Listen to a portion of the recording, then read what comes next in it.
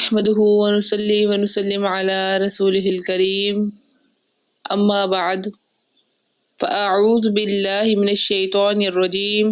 بسم اللہ الرحمن الرحیم۔ زکوٰۃ کی عدم ادائیگی کے متعدد نقصانات ہیں، جن میں سے چند میں آپ کو یہاں ذکر کروں گی، جن میں سے ایک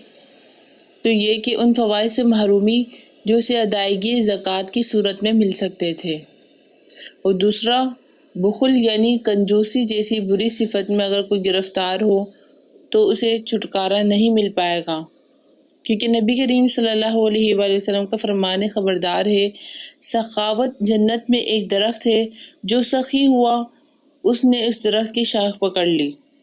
وہ شاخ اسے نہ چھوڑے گی یہاں تک کہ اسے جنت میں داخل کر دے، اور بخل آگ میں ایک درخت ہے، جو بخیل ہوا اس نے اس کی شاخ پکڑی، وہ اسے نہ چھوڑے گی یہاں تک کہ آگ میں داخل کرے گی۔ تیسرا نقصان یہ ہے کہ مال کی بربادی کا سبب ہے، جیسا کہ نبی کریم صلی اللہ علیہ وآلہ وسلم کا فرمان ہے، خشکی و تری میں جو مال ضائع ہوا ہے وہ زکوٰۃ نہ دینے کی وجہ سے تلف ہوا ہے۔ ایک اور مقام پر ارشاد فرمایا، زکوٰۃ کا مال جس میں ملا ہوگا اسے تباہ و برباد کر دے گا۔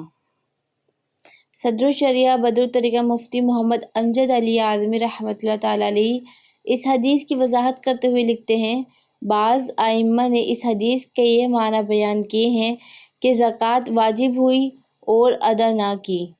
اور اپنے مال میں ملائے رہا تو یہ حرام اس حلال کو ہلاک کر دے گا،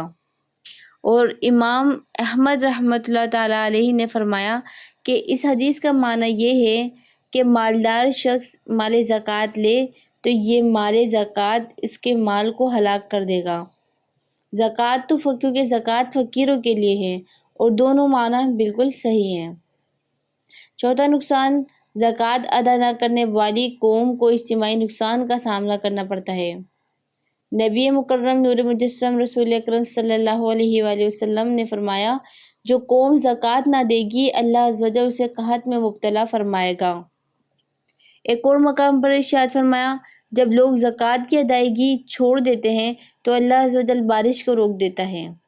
اگر زمین پر چوپائے موجود نہ ہوتے تو آسمان سے پانی کا ایک قطرہ بھی نہ گرتا۔ پانچواں نقصان یہ کہ زکوٰۃ نہ دینے والے پر لعنت کی گئی ہے، جیسا کہ حضرت سیدنا عبداللہ بن مسعود رضی اللہ تعالیٰ عنہ روایت کرتے ہیں، زکوٰۃ نہ دینے والے پر رسول اللہ صلی اللہ علیہ وآلہ وسلم نے لعنت فرمائی ہے۔ چھٹا نقصان، بروز قیامت یہی مال وبال جان بن جائے گا، کیونکہ جیسا کہ سورہ توبہ میں ارشاد ہوتا ہے، والذین ینقضون الذھب والفضة ولا ينفقونها فی سبیل اللہ فبشرھم بعذاب علیم۔ ترجمہ کنز ایمان، اگر اور وہ کہ جوڑ کر رکھتے ہیں سونا اور چاندی اور اسے اللہ کی راہ میں خرچ نہیں کرتے، انہیں خوشخبری سنا دو دردناک عذاب کی۔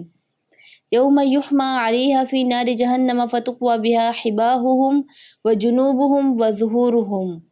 جس دن وہ تپایا جائے گا جہنم کی آگ میں،